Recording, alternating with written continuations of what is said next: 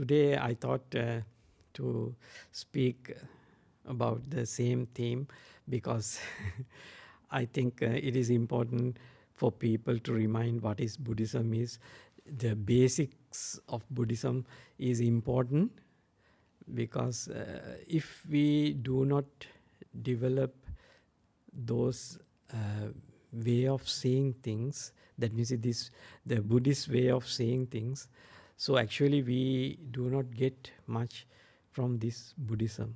So that's why Lord Buddha always encourage people to see this world in the way that Lord Buddha introduced to people.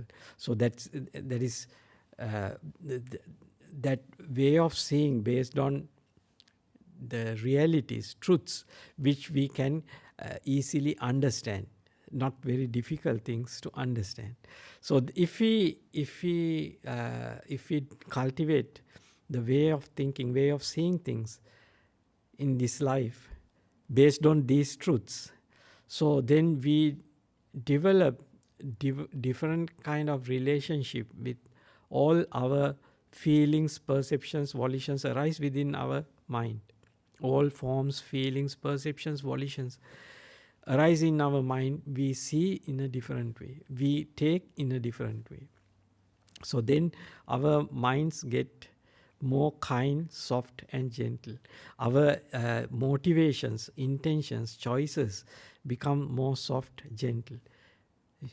More become kind, and our way of interacting with this world change to different state.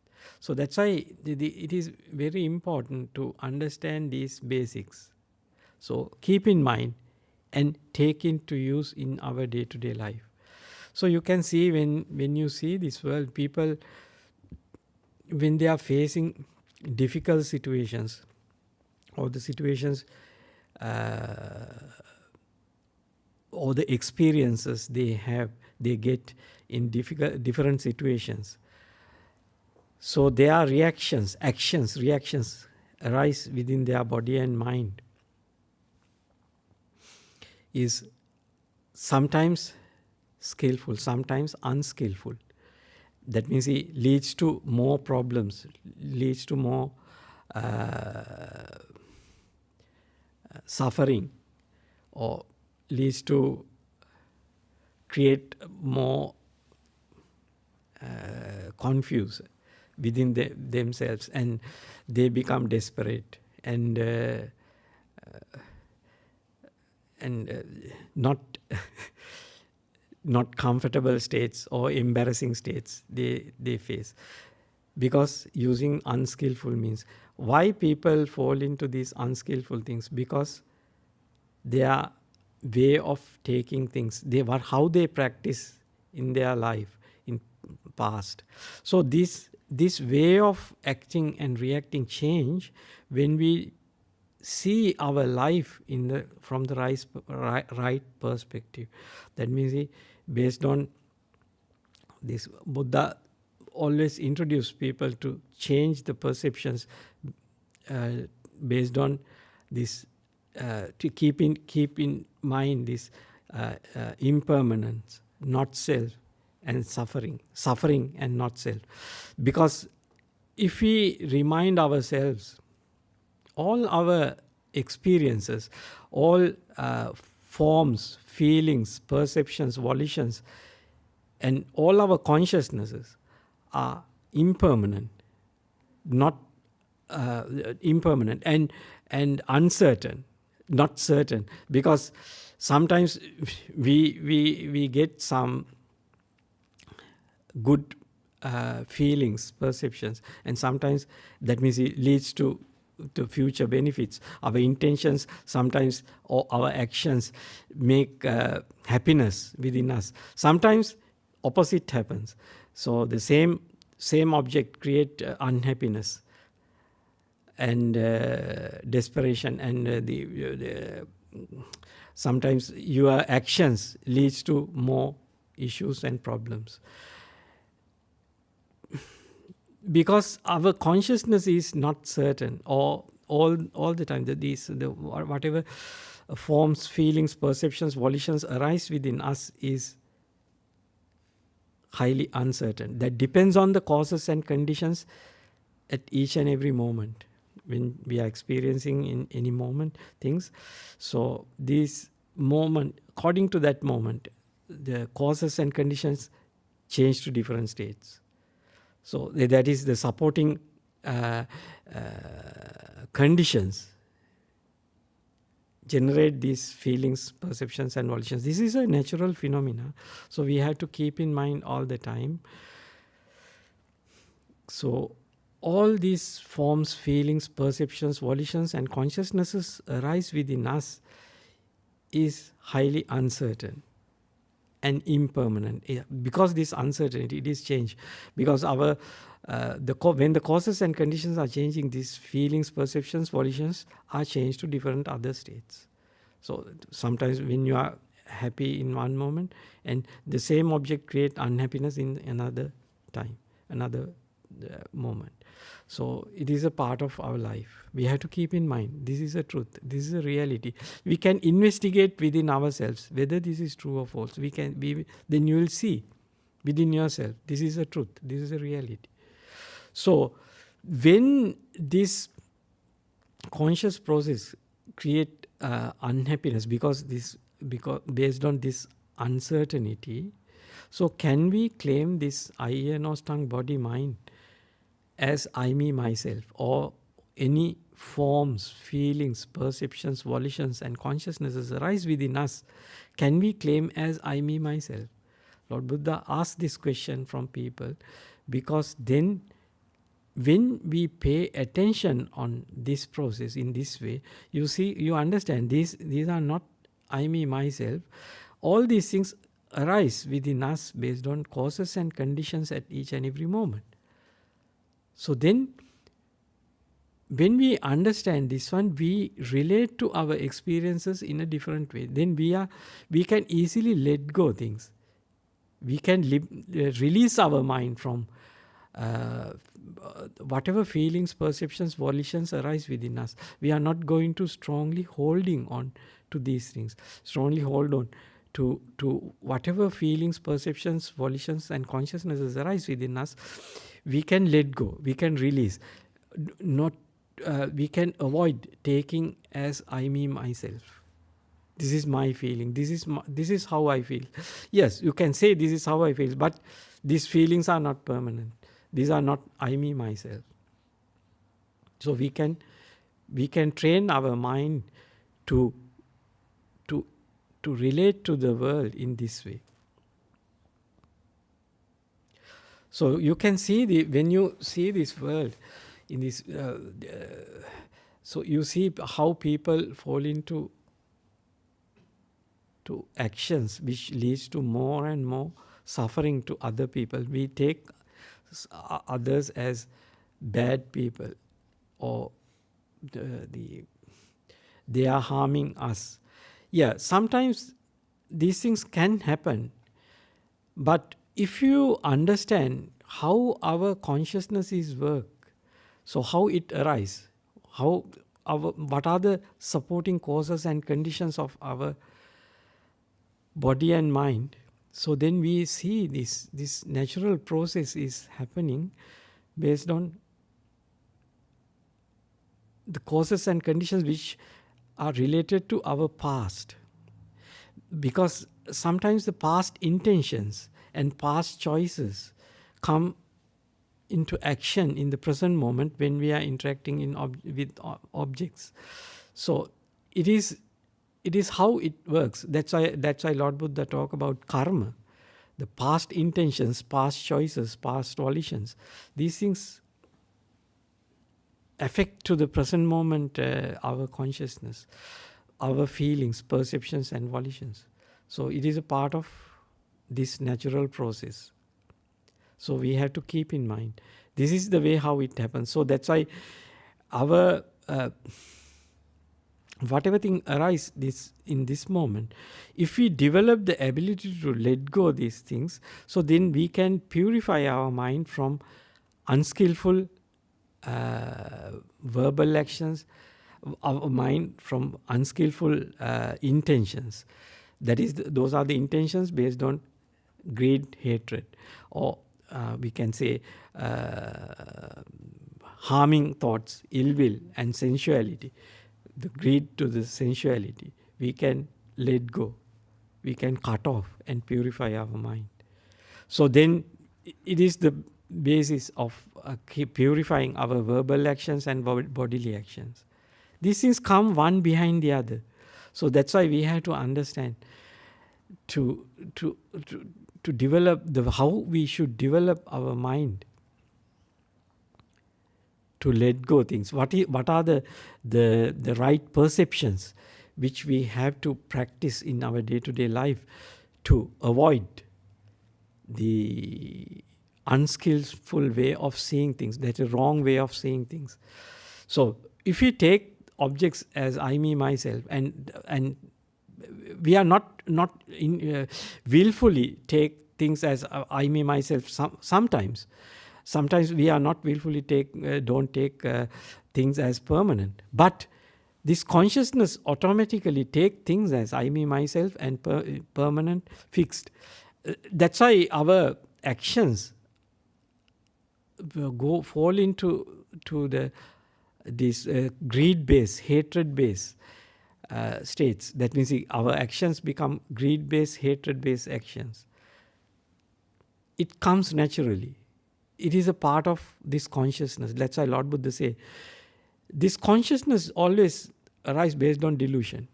It is a part of this. Delusion is the root cause of this natural phenomena. So when we take in this way, so then we can develop the kindness, softness, gentleness within our mental process or within our mind. So we are inspired to do that, because when we are not aware of these truths or these right perceptions, mind naturally go along the natural flow, and greed, hatred based mental actions, verbal actions, bodily actions naturally arise within us. So that's why mindfulness is important to stop going into the wrong direction, or the falling into the wrong mental actions, verbal actions, and bodily actions. So mindfulness with right view, mindfulness with right understanding about the nature of our body and mind. So when we take the nature of our body and mind, it is common for all living beings. It is common for all consciousnesses exist in this world, arise in this world. It is common. It is a common phenomena. So if you are mindful about these truths, these realities, then we can avoid unskillful mental actions, verbal actions, and bodily actions. So that's why Lord Buddha inspires people to see this world in the right way. When you start seeing this world in the right way, so then you are naturally inspired to practice mindfulness, to avoid whatever unskillful mentality arise within us. We get a chance to avoid it, stop it.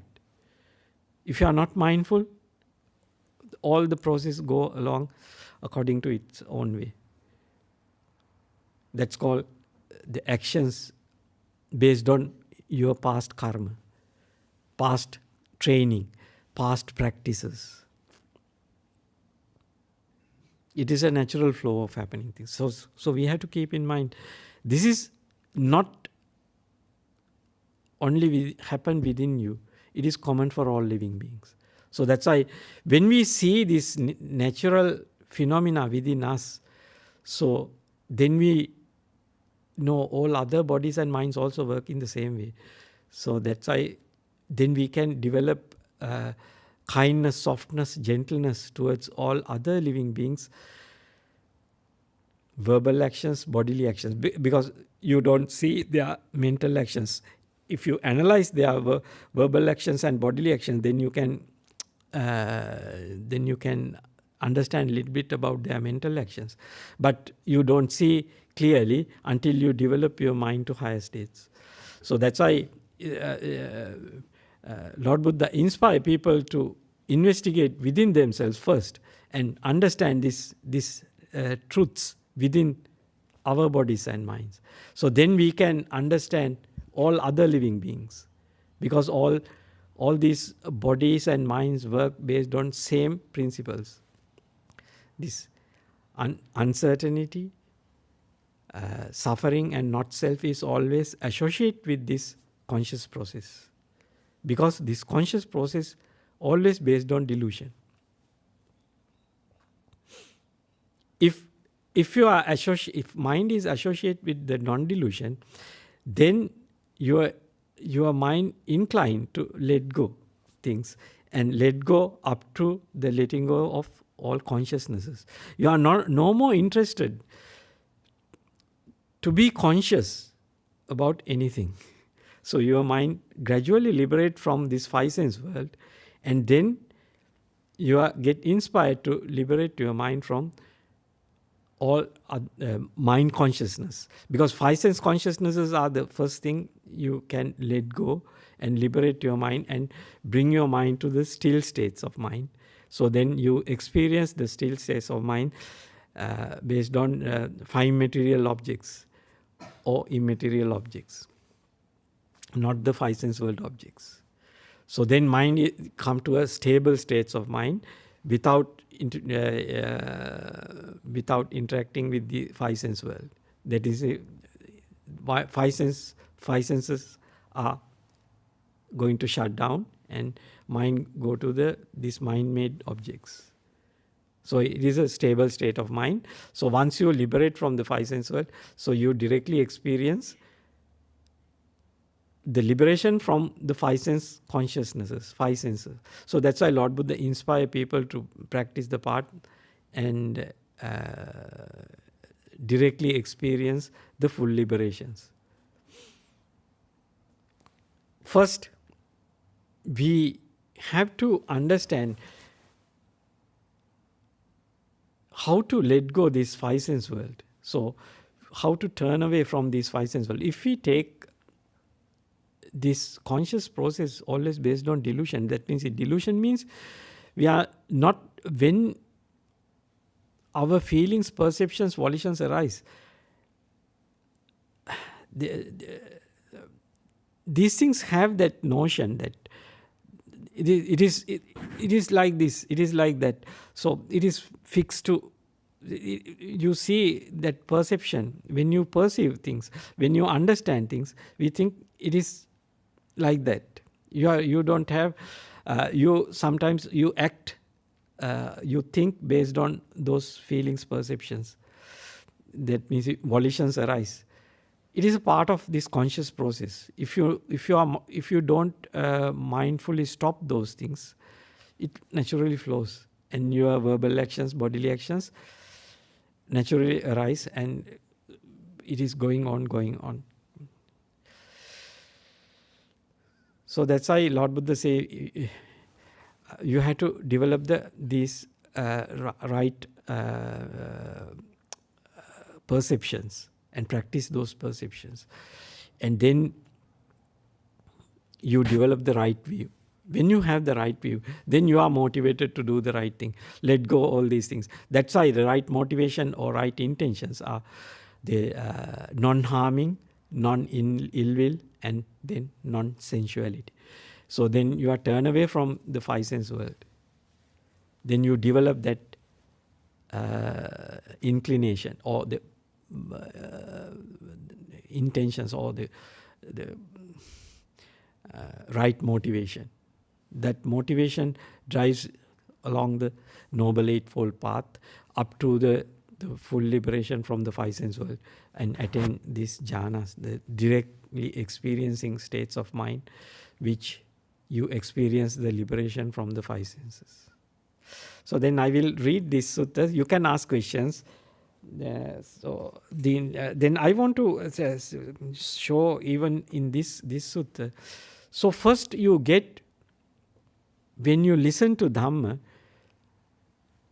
first you can understand these basic things, and when you start seeing through this way, seeing along according to this way, you see how suffering arises and how suffering how we can extract our mind from the states of suffering. We see those bases. When you contemplate things as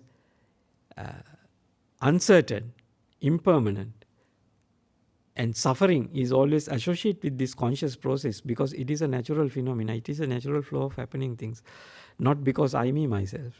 So then you can quickly let go things. You can liberate your mind. You can make kindness to all other living beings. You can create kindness within yourself. So that's why Lord Buddha say, first you get this understanding. Then you see, you can extract your mind from this suffering state. But still, when this consciousness exists, suffering always associates with the consciousness. So you start seeing these things. Then you undertake the Noble Eightfold Path to fully liberate your mind from this five sense world and experience the full liberation. So it comes as a second stage. First stage is you understand these basic things, and you directly understand within your body and mind. So then you get the motivation to fully liberate your mind from this suffering, the state of the existences, because it is automatically flowing. If you do not mindfully liberate your mind from this five sense world, it is auto process. So then you get the courage to liberate, to strive hard and liberate your mind from the five senses and liberate mind to the jhana states. So then you can directly experience the truths. Then you can directly experience the different dimension of, because when you are live as a human being, you are always trapped into the five senses. When you develop your mind to jhana states, your mind liberates from the five senses and you go to a different dimension. So you can experience a different state of existence. So that's why Lord Buddha encouraged people to develop this path to the end. So when you develop path, when your mind develops to the final stage, the final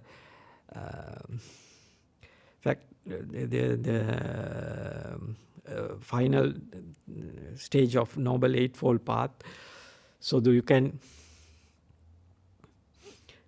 directly experience the different state of mind, and you can directly experience the cessation of five sense consciousnesses. So these are the most important things. So that's why I will read one of the suttas, because I would like to say these things, because Buddha, this is another sutta. I read new sutta each and every time when I come here.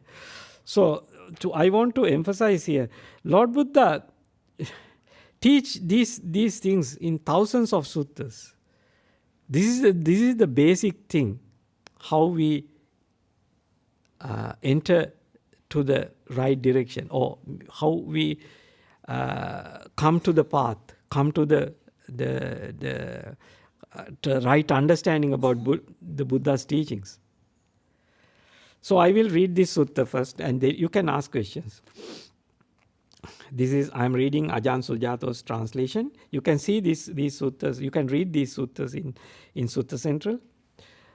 This is the Samyukta Nikaya, Salayatana Samyutta, Dutiya Pannasaka, Migajala Vagga. These are the linked discourses. You can search this one in Sutta Central, 35.73.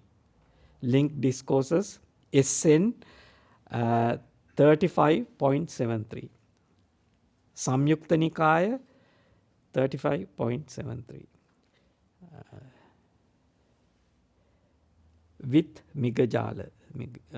Six fields of contact. Tatiya Cha Passayatana Sutta.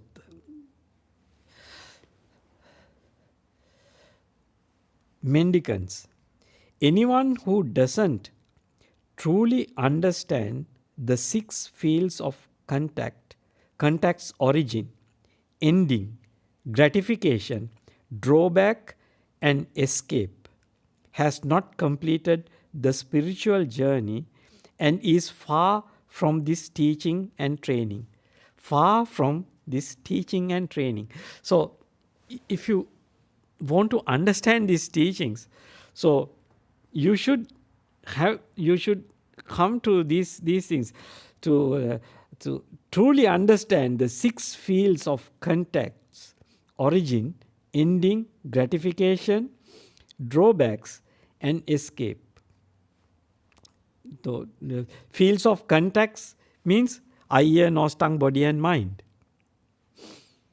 So, you should understand the origin, ending, gratification, drawback, and escape. So in Pali, this one say samudayancha, attangamancha, asadancha, adinavancha, nissaranancha, yatabhutam nappajanati. Not understanding. When the Lord Buddha said this, one of the mendicants said to the Buddha, "Here, sir, I am lost, truly lost." Maybe most of the people also have the same thing. So people when say these things. So then Lord Buddha explained, "Here, sir, I am lost. I truly lost. For I don't truly understand the six field of contacts: origin, ending, gratification, drawback, and escape." Then Lord Buddha answered like this: "What do you think, mendicant? Is the I permanent or impermanent?" "Impermanent, sir." "But if it is impermanent, is it suffering or happiness?" "Suffering, sir." "But if it is impermanent, suffering, and perishable, is it fit to be regarded thus: this is mine, I am this is myself?" "No, sir." In the same way, Lord Buddha say, "Is the ear, nose, tongue, body, mind permanent or impermanent?" "Impermanent, sir." "But if it is impermanent, is it suffering or happiness?" "Suffering, sir." "But if it is impermanent, suffering, and perishable, is it fit to be regarded thus: this is mine, I am this is myself?" "No, sir." Seeing this, a learned, noble disciple grows disillusioned with eye, ear, nose, tongue, body, and mind. So you have to develop that vision, because you don't have it, because consciousness is always deluded. You have to practice this way of seeing things. So then you have to revise your feelings, perceptions, and volitions again. Or the sight, sound, smell, taste, touches, and thoughts, what you think you get in. So you have to contemplate based on this uncertainty, impermanence, not self, and suffering. So then you see things in a different way. Then you can let go things. You see the how unreliable our feelings, perceptions, and volitions, the forms, whatever thing arise in our mind, these forms we take from eye, ear, nose, tongue, body. But the same object you take in another moment, you get a different impression within your mind, the different form. That means the same form, external objects is same, but you see the different facets of the same thing. whatever form you get in your mind can change time to time. So that's why these things, based on your education or your past training, so that's why these things are highly uncertain things, not permanent, not fixed. So we have to keep in mind this reality, truths, which always associate with our conscious process. It is not only for you, it is common for all living beings. So that's why Lord Buddha say, so if you reflect on our experiences on this way, we can quickly let go. Feelings, perceptions, volitions arise within us, and we can use these things based on the necessity of the time being. But these things are not fixed, not permanent. We can quickly let go. That's why Lord Buddha say, avoid all unskillful mentality, unskillful intentions, actions, verbal actions, bodily actions, because these things leads to more problems, more troubles in this life. So, because this system is deluded, if you fall into the unskillful things, it creates problems. But if you use the skillful things, maybe it is beneficial for your day-to-day life. But it is not beneficial for forever. Why? Because existence creates all these problems. This consciousness is the problem creator, because consciousness always based on delusion. That's why Lord Buddha inspire people to experience the full extinguishment of all consciousnesses, all feelings, perceptions and volitions. Then you see how we can liberate, how we can bring to an end to all this suffering. So then Lord Buddha say in this sutta, seeing this, learned noble disciple grows disillusioned with the eye, ear, nose, tongue, body and mind. So the next step is, being disillusioned, desire fades away.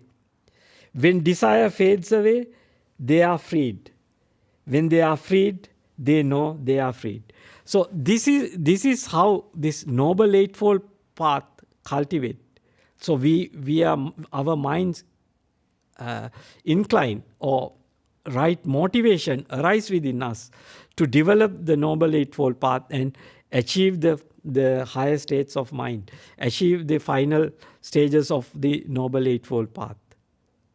So first you have to see the truths within yourself, and then you get the motivation to liberate your mind, fully liberate your mind by practicing the Noble Eightfold Path. So that's why Lord Buddha say, being disillusioned, desire fades away. Desire to indulge with this five sense world, desire to indulge with this mind, so it fades away. Desire fades away. When desire fades away, they are freed. When they are freed, they know they are freed. So these things we have to understand. This is the way how the mind directly experiences things and turn away from things. So first, the base is to see things as impermanent, suffering and not self. So these things you can do in your day-to-day life. Not only for when you sit for meditation. When you sit for meditation, you can liberate your mind from the five sense world. That is the purpose of this sitting meditation. So you develop your mind to the jhana states. So then you directly experience the liberation from the five sense world objects. So they understand rebirth is ended. The spiritual journey has been completed. What had to be done has been done. There is no return to any state of existence. So that means they know how to, that means when develop the mind to jhana states and understand why this mind come back to the five sense world experiences or mental world experiences, because craving to the existence, craving to the experiences in those five sense world or mental world experiences. So then that craving come to an end when they see how these things arise. That's what Lord Buddha say at the beginning. So understand the 6 fields of contacts: origin, ending, gratification, drawback, and escape. Now, when people know all these things, they can clearly understand whether this is worthy to have this consciousness or fully let go the consciousness. You don't have any more craving to consciousness when you develop the mind to those states and experience. When you have that understanding, the origin, ending, gratification, drawback, and escape. So then you can choose what is good. Let go forever. No need anymore. So then Lord Buddha give in some suttas as a simile. The small children play with sand castles. When they go to beach or the riverbed, they make sand castles. So after some time they get fed up with those things and they want to just, their minds turn away from these things. They just demolish those sand castles and turn away from them and go back and do something else. So it is just a simile to how to let go things and liberate your mind from these things. So the important thing is, this is much more, these teachings go to very deep states. That means experiencing the liberation, and then you can see whether this is worthy to come back to these 5 sense world experiences or mental world experiences, which leads to future suffering. Because even though Lord Buddha say, even though you develop your mind to the jhana states, you have a long time absence of any suffering states of mind. But still, if you attach to the existences, so after a long time, you get fed up with those experiences. That means it's still states of mind. And then mind reflect on your previous experiences. That means you can reflect your past life experiences, and then mind start choosing to help other people, choose good actions or helping others. So then your mind come to a different state of existences. That means it automatic. It is a natural process. It come to lower states of existence. That means the 5 sense worlds of existences, and try to help others. But Lord Buddha says this mind is a natural phenomena. It always arises based on causes and conditions and each and every moment. So that's why when they come to the lower states, so they experience different other things, and their intentions change to different other states. So they fall back to the suffering states, and then their intentions change to other things. It never goes according to the past wishes. That's why all forms, feelings, perceptions, and volitions are highly uncertain. So that's why go to full liberation and ending samsara is that, because people trust on this consciousness is the problem. Because you think it is fixed, it is permanent. Whatever volition arises within us is my volition, or I will go to that goal. Can you maintain that? No. When you are facing different other situations, you don't value your past determinations. You let go those determinations and go to other determinations. So it is a part of this consciousness. It is a part of. That's why Lord Buddha say this consciousness always based on delusion. So that's why the cessation of consciousness is the ending of suffering. Cessation of consciousness happen when the stream of consciousness not stop going to the states of existences. The states of existences are, Lord Buddha show us this 5 sense world existences and material world, fine material world existences and immaterial world existences. This the fine material world existences and immaterial world existences have a long lifespans, but still the delusion is there. So attached to the existences. So that's why it comes to the different other states. And the state of determinations or consciousnesses are changed to different other things and go to different other choices. Okay, if you have any questions, you can ask now. Sorry. Just a sec. So we just alternate between the in-person audience and the online audience. Can I get someone to help me today pass the mic around, because I'm on the desk.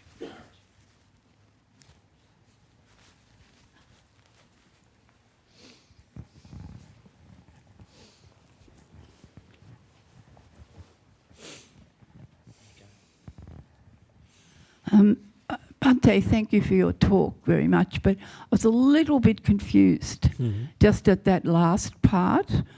What you are saying is consciousness is deluded. Okay? Can you just explain that a little more? So it tends back to existence of some sort. Thank you. Yeah, the delusion is your consciousness. When this the consciousness arises, the consciousness mean you feel something, you perceive something. You rely on these perceptions and feelings. You depend on these things. That means you attach to these things. You holding on these things.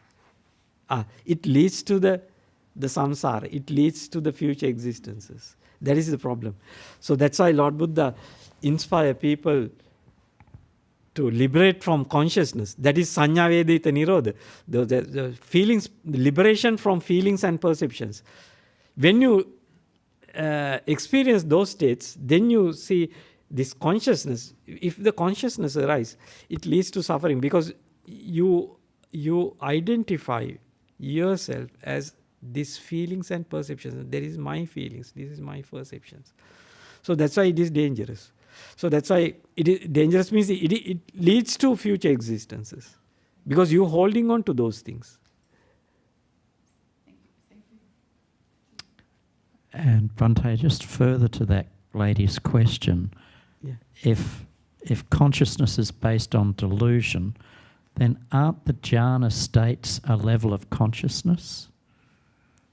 Yes, when you are experiencing jhanas, there is consciousness. But only thing, you can reflect on your experiences in later stages.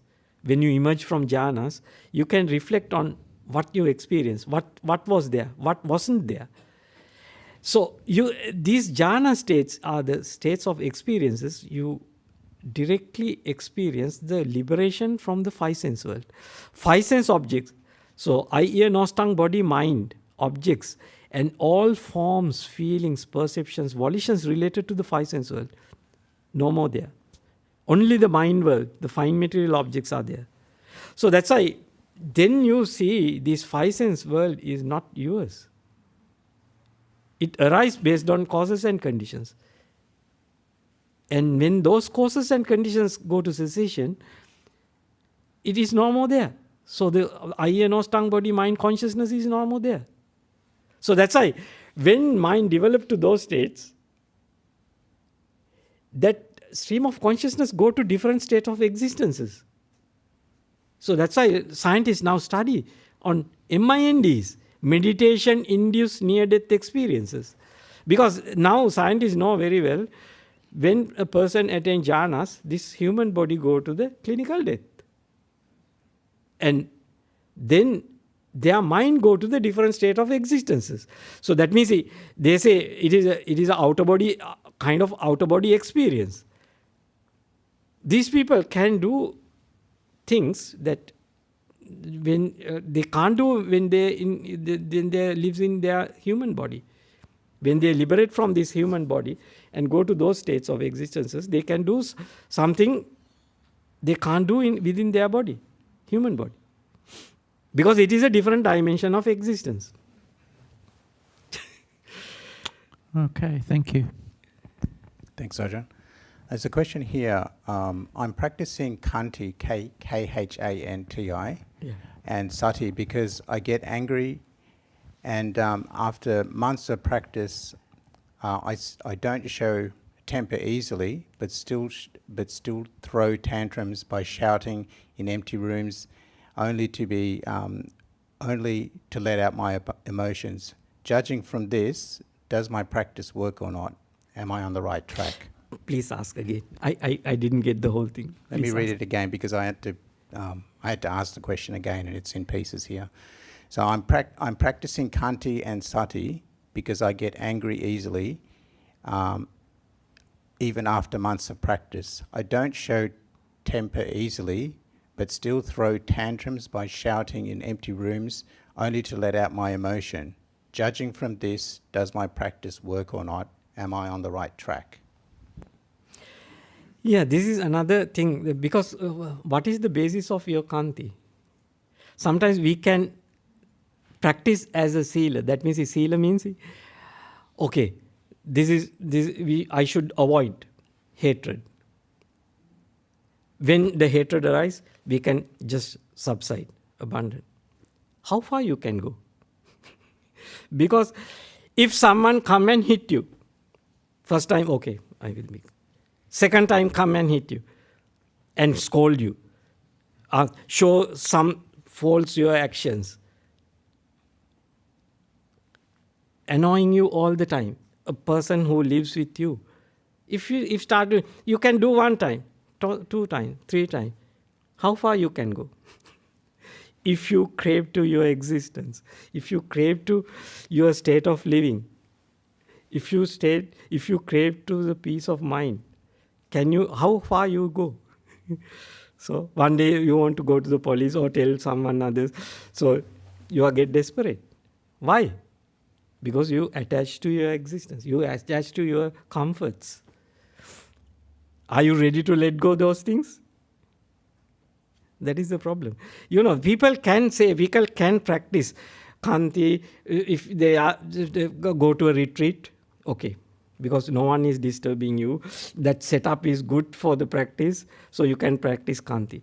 But if you are living with people who show you animosity, anger, hatred, they have different other perceptions regarding you.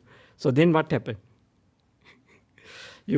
So that's why it is important to keep in mind all these forms, feelings, perceptions, volitions are impermanent, uncertain. Things arise based on causes and conditions, not because I, me, myself. Then you can let go in a deep way. Then you can keep your mind calm, soft and gentle. Otherwise you can't. You can strive hard and do these things. How far you can go? Sometimes, if you want to maintain those mental states, so you have to leave that place and go to live in a different place or live that state of life. Any questions from the floor? Yeah. Ajahn, the view of I, me, and myself. Yeah. Is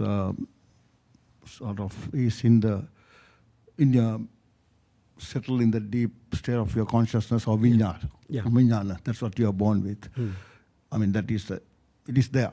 That's why we are born with it. Now, through these mind activities, we call our body as ours, right?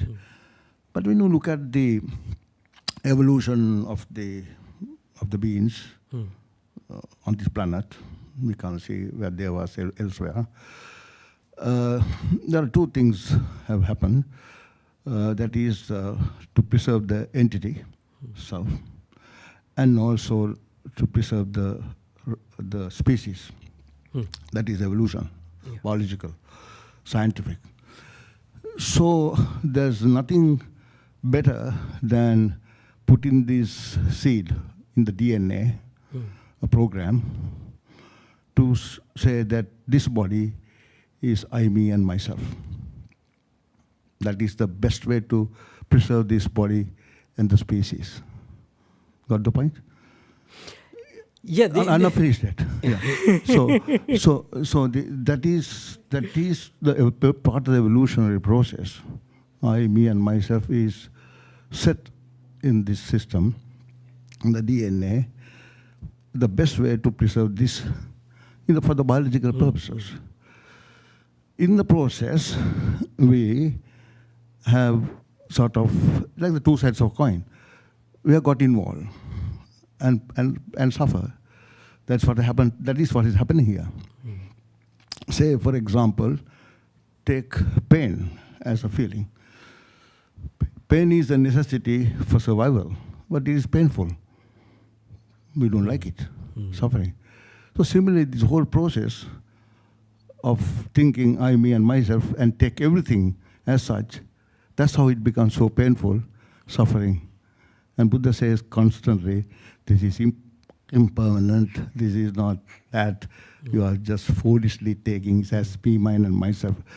Because it has just developed as a process in the evolutionary process. Do you understand what I'm saying? Yeah. Yeah, you can take as because the human body, evolution of human body, or this according to science, any living being, different species of animals, so they have they subject to evolution depending on whatever thing they are experience. But this mind is mind go beyond these human bodies. So that's why it is a mind. It is a body and mind it works together when it comes to a human body or other animal body, whatever thing you see, the scientists see. But it is not limited to the scope of scientists. It go beyond it go to the different states of existences and different experiences. So that's why, when that's why Lord Buddha say when you are practicing the path, the first two factors actually, based on the right view and right motivation. These are all wisdom-based part. But the next three is related to your verbal actions and bodily actions and livelihood. So these things actually, because that's why you have to live in this human body while you are practicing the path. So that's why then you have to maintain your body. According to what doctor says, it is the way how it works. It built based on those notions. That's why Lord Buddha say you have to use this one. So that is called paccavekkhana jnana. So this reflecting wisely about these things, but it does not limit to that five sense world living. You have to, if you want to come to the final fruitions or the fruitions, so you have to develop your mind to the other three factors, liberate your mind from five sense world, then you see the realities, deep realities, truths, and then the craving to existence at the beginning, craving to the five sense world consciousnesses get diminished and fade away, disappear. So that is called the attaining the non-returner state of mind. So no more kamaraga patiga, the indulgence in mind in the five sense world, and hatred related to the five sense world. Or the patiga means the how do you say? It is the reacting mind to the five sense world objects. Mind is not reacting to the five sense world. So the mind developed to those states. So that's why Lord Buddha says, no more wanting, craving to experience five sense world. So it comes to those states, no more craving. If they come to the five sense world, even the anagami human beings can live, because they kind to other living beings. They are willing to help to other living beings. That's why they live in the five sense world. Otherwise, they can go to jhana states and let the body perish here. So they can do that. Ajahn, do we have time for one more? Okay. Sorry, can we go to an online?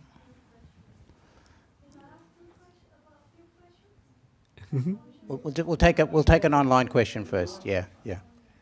So, Ajahn, the question here is: so we can change our views through changing our perceptions, and we can change our perceptions through reflection and patience. Are there other ways? Ask again. So we can change our views through changing our perceptions, and can change our perceptions through reflection and patience. Are there other ways? Are there other ways to change? Yeah. The reflections, we have to, because we reflect on things sometimes based on wrong perceptions. So that's why we have to first understand this uncertainty, impermanence, and apply to the feelings and perceptions. Because otherwise it will go in the other direction. Because if we rely on our feelings and perceptions, sometimes all these things based on delusion, take things as permanent, fixed. And then the mind, the important thing is, when we are practically applying these things, important thing is we have to calm down our mind, stop mental actions. That's why the Lord Buddha says, Sabba Sankara Samato, Sabbupati Patinisaggo, Tannakyo Virago Nibbana. Sabba Sankara Samato is the first step. Calming down our verbal actions, bodily actions, and mental actions. Calming down mental actions is the most important thing. So how we let go, how we calm down our mental actions. So it comes from reflecting on things as impermanent, suffering, and not self. We can cut off and let go things. Or if a person has a different faith, like people believe God, this is all God creations. So then they develop the stillness of mind based on the faith to the God. So the God, they don't want to go against the God. So they want to unite with the God. So that's why they let go all other things. They let go all interests related to the five sense world, and they unite with the light. That is also one method. You have to let go anyway, this five sense world, the interests to the five sense world. So that's why Lord Buddha inspired to this. Go through these bases. Anyone can understand. No need to believe anything. This is uncertainty, impermanence. You can understand. You apply it, or then you see how the feelings, perceptions, volitions are highly uncertain. These things change to different states very quickly. These things have, our feelings, perceptions, volitions have a very short lifespan. We choose things today, and tomorrow we want to throw away things. The same thing we want to let go, cut off, throw away. Sometimes we keep in mind, we register in mind things. Oh, this is like this is like that. Tomorrow we register totally opposite things in our mind. That is not the thing. Yesterday I misunderstood, so this is the right thing. So we register something else. So that's why our feelings, perceptions, volitions, craving, all these things are highly uncertain, impermanent.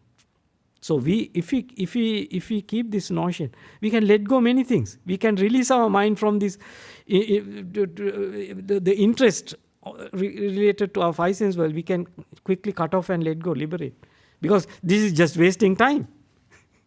in interacting with five sense world is always no end.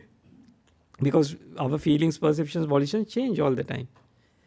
So if we develop that attitude, we can quickly turn away from things. So that's why it is good to ask that question. So we have to do like in that way and turn away from the five sense world. So it leads to understand the truths within us, truths within our body and mind. That is why we suffer, how this suffering arises within us. Because deluded mind crave to objects, crave to sight, sounds, smells, tastes, touches and thoughts, or forms, feelings, perceptions, volitions and consciousnesses. Deluded mind crave to these things. When we see all these things as impermanent, suffering, and not I, me, myself, so we can let go things. We can release our mind. That is the base Lord Buddha showed us. So then we don't believe a permanent consciousness. So Lord, we understand the consciousness arises always based on causes and condition at that moment. When the consciousness arises, the causes and condition at that moment create that feelings, perceptions, volition, or the consciousness. When the moment change, causes and conditions change, feelings, perception, volitions, or consciousness change to differentiate. That's what Lord Buddha said. So you can see within yourself. So important thing is to first you have to calm down your mind to see these things, let go things.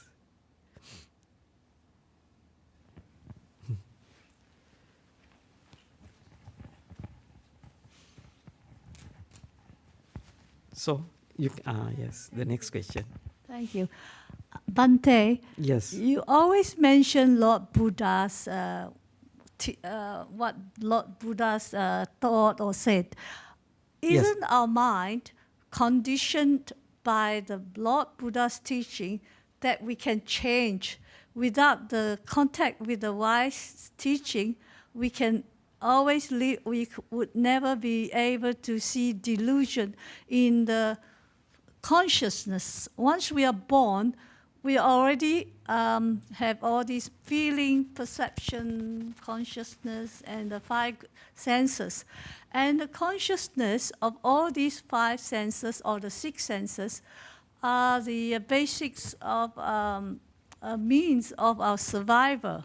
Yeah. If we are in our ordinary life, we have to watch out for dangers. So we have to be conscious of the contact. When we cross the road, we have to be conscious with our ears and eyes, so that we are not hit by the cars. So how do you react without consciousness? We have to react according to our perceptions of danger, right? Isn't that true? So our reactions to with anger, when we are conscious of what we hear, depends very much on our understanding of the of our body and mind in terms of survival. So this survival instinct is very strong. Without consciousness, while we are still alive, we may be encounter dangers of pain and death.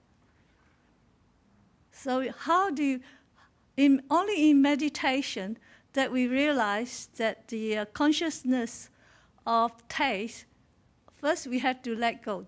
As you mentioned, the Buddha always say, let go, let go. Okay, but only in meditation we can let go. But in our daily life, we can't let go of our consciousness because we have to survive until we are forced to let go of our taste, our smell, and our body touch. You know, from birth, the baby already have the survival instinct of attaching to the mother. So that instinct of survival is very strong. Only in meditation, people who have come in contact with the Buddha's teaching are willing to meditate and let go of the five senses consciousness. And in meditation, I find that my reaction to the consciousness of sounds is the last consciousness is the sound. Because in meditation, I let go of tasting, of eating, of contact with other people in seclusion, and my smell of the kitchen's now, cooking. what's your question? How do you seize it? Yeah, this is the important thing to understand, you know. When you live as a human, you have to use your five sense consciousnesses. Even though you use your five sense consciousnesses in the wisest way of this world, the best way, don't you die? You have to die. So what happened after that? So that is the problem. Don't you suffer even though you use your consciousness in the best way in this world? Don't you suffer? You fall into suffering. So that's why Lord Buddha say, you have to understand the truths related to this consciousness. Yeah, the consciousness is made to do things to for the survival of this life. Yeah, it works like that. Eye, nose, tongue, body consciousnesses are always associated with this life. It helps to run this life. But is it make you happy, or it leads to the end of suffering? No, that is the problem. That's why you have to develop your mind to the higher states and liberate your mind from the five senses. Then the dependence of on the five senses get diminished. They know this body is just a vehicle, just a tool, just we are using. This is not essential. So if you read the ND stories, the people who had the cardiac arrest like thing, so their bodies takes to the hospital and they experience these near-death experiences. That means they get the outer body experiences. So they exist. They travel here and there without their body. They see things. They hear things. They even some people can understand others' thoughts, what the others are thinking. They can understand. So these states of, when people go to those states of existences, they clearly understand this body is just not I, me, myself. It is just a vehicle, like your car. No one take your car as your body or your life. No, it is your car.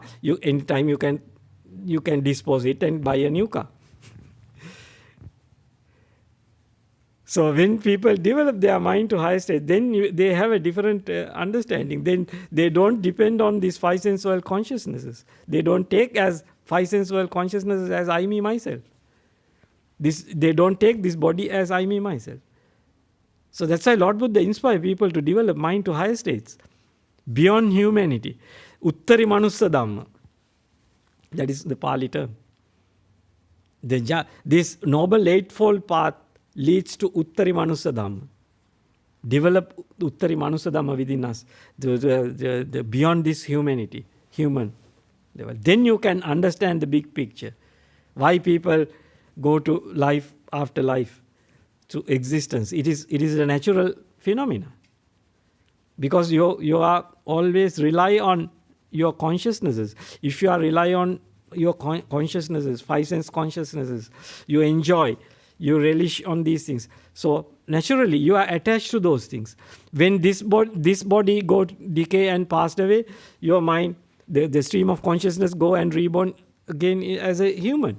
Because you want to enjoy this human life, human experiences. You are attached to those things. If you read the past life stories collected by the Professor Ian Stevenson, like people in these universities are doing vast scale research on these things. If you read these things, you can understand clearly what's happening after death. Thank you, Ajahn. Just before we wrap up, because there are some more people in the hall, there was an announcement regarding Sangha transport. So on Tuesday morning, there are 2 monks that need a lift. If anyone can offer a lift to Ajahn Aranavihari to Ripplebrook, and also Ajahn Bodhinyana needs a lift to Newbury. So you can, if you are able to, please speak to either Ajahn Aranavihari or Ajahn Bodhinyana in the lunch dana area. Thank you, Ajahn, for the talk. For announcing that. Okay, now, yeah, go ahead. Pay respect to Buddha Dhamma Sangha.